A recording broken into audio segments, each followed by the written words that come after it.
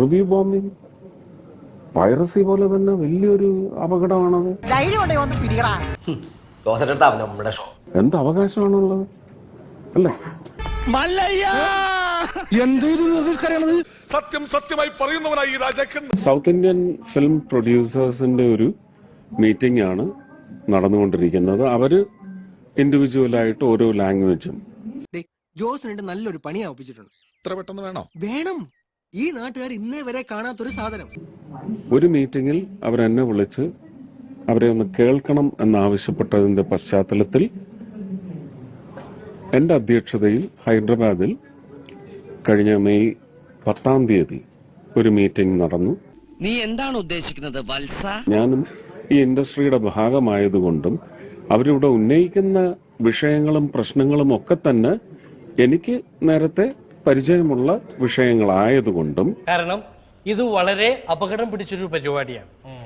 പിന്നെ ഞാനിത് ചെയ്യുന്ന എന്താന്ന് വെച്ചാൽ ഇതിന്റെ തൊഴിലിന്റെ ഭാഗമായതുകൊണ്ടും. ഒരു റിപ്പോർട്ട് തയ്യാറായി കഴിഞ്ഞാൽ അത് INB മിനിസ്റ്റർ അടുത്തും പിന്നെ പൈറസിയെ സംബന്ധിച്ചും ഇപ്പോ ഏറെക്കുറെ നമ്മൾ ഹാപ്പിയായി. OTTയെ സംബന്ധിച്ചും റിവ്യൂ ബോംബിങ്ങിനെ സംബന്ധിച്ചും ഒക്കെ ഇപ്പോഴും എന്റെ ഞെട്ടല് മാറിയിട്ടില്ല വൈദ്യരെ. വളരെ ഗുരുതരമായ വിഷയങ്ങളുണ്ട്. അത് മിനിസ്ട്രി ഓഫ് ഹോം അഫയേഴ്സ് ആണോ? ഭയങ്കര. അതുപോലെ മിനിസ്ട്രി ഓഫ് എക്സ്റ്റേണൽ അഫയേഴ്സ് ഇവരിലേക്കൊക്കെ ഈ റിപ്പോർട്ട് ഒന്ന് എത്തിച്ച് അതിന്റെ ഒരു അനന്തര നടപടി എന്ന നിലയ്ക്ക് സ്ഥലത്തെ പ്രമാണിമാരായിരിക്കും. അയ്യോ എന്റെ കൈ തരിക്കുന്നു.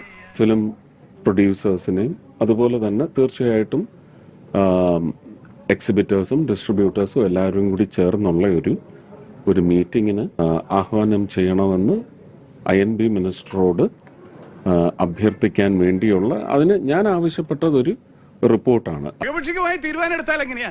എന്റെ അഭിപ്രായ സ്വാതന്ത്ര്യത്തിലും സഞ്ചാര സ്വാതന്ത്ര്യത്തിലും അസോസിയേഷൻ ഒന്നും ഇടപെടണ്ട. അവരുടെ ഒരു പ്രയറുമാണ് ആവശ്യപ്പെട്ടിരിക്കുന്നത്. അത് ചിലപ്പോൾ ഇനി 1-2 മീറ്റിംഗ് കൂടി കഴിഞ്ഞാൽ അത് സർഫസ് ചെയ്യും. Bad workers blame their tools എന്ന് ഇംഗ്ലീഷിൽ ഒരു ചൊല്ലുണ്ട്. അതുകൊണ്ട് സ്വന്തം കഴിവുകേട് മറയ്ക്കാൻ ഉപകരണങ്ങളിൽ പഴിചാരുക. കൈയക്ഷരം മോശമായതിന് പേനെ കുറ്റം പറയുക. അത് മിനിസ്റ്റർ അടുത്ത് കൊടുത്തിട്ട് എന്താണ് ഭാവിയിലെ നീക്കം എന്നുള്ളത് ആരായി. എന്താ ചിരിക്കുന്നത്? അല്ല നിന്റെ തമാശ എനിക്ക് ഇഷ്ടായി.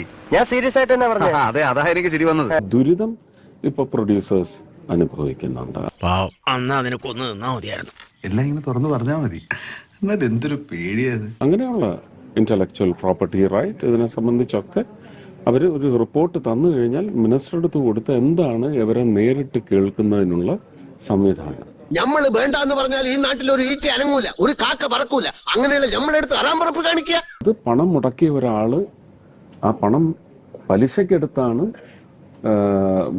മുടക്കിയിരിക്കുന്നതെങ്കിൽ അത് ആ പ്രൊഡ്യൂസറുടെ നിലനിൽപ്പിനെ തന്നെ ചോദ്യം ചെയ്യുന്ന തരത്തിൽ CBFC ഒരു ഡിലേ ഉണ്ടാക്കാൻ പാടില്ല എന്ന് പറയുന്ന തത്വം. അയ്യോ ഓർമ്മിപ്പിക്കല്ലേ പൊന്നെ. നിനക്ക് വേണേ ഇപ്പപ്പാ ഞാൻ ഇവിടെ തന്നെ ഉണ്ടാവും. അത് ന്യായമായ അവകാശമാണ്. എനിക്ക് അതിന്റെ കൂടെ നിൽക്കാൻ പറ്റും.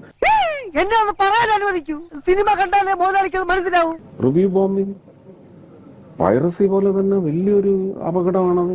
ഇതുകൊണ്ട് തീർന്നില്ല കേട്ടാ, ഇനി വന്നുണ്ട്. മകൻ തന്നെ ഉന്നയിച്ചൊരു വിഷയമാണ് ഇത്തരത്തിൽ ഈ പറയുന്ന. അതൊക്കെ ഇൻഡിവിജ്വൽ അല്ലേ? നിന്റെ ചാട്ടം കൊണ്ടാണ് നീ മനസ്സിലാവുന്നുണ്ട് കേട്ടോ. ഞാൻ പറയാം കളക്റ്റീവായിട്ട് ഇൻഡസ്ട്രിയുടെ പ്രശ്നം അത് സീരിയസ് ആണ്. അത്ര എനിക്കിപ്പോ പറയാൻ പറ്റും. തനിക്കൊരു വിചാരമുണ്ട് താ ഏതോ കോപ്പിലെ വലിയ രാജാവാണ്, താ ഒരു പുല്ലുമല്ല. അത് കൈകാര്യം ചെയ്യുന്നതിന് ശക്തമായ നിയമവും വരണം. അത് നടപ്പിലാക്കാനുള്ള ആർജവവും കാണിക്കണം. ഇല്ലെങ്കിൽ പറയണേ.